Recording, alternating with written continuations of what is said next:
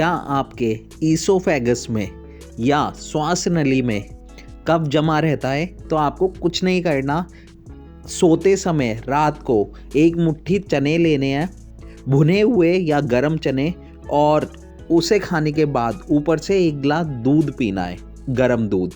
तो आपका जितना भी कफ जमा हुआ है पूरा बाहर निकल जाएगा सुबह तक। तो इसे ट्राई करें और मेरे चैनल को सब्सक्राइब करें। Thank you.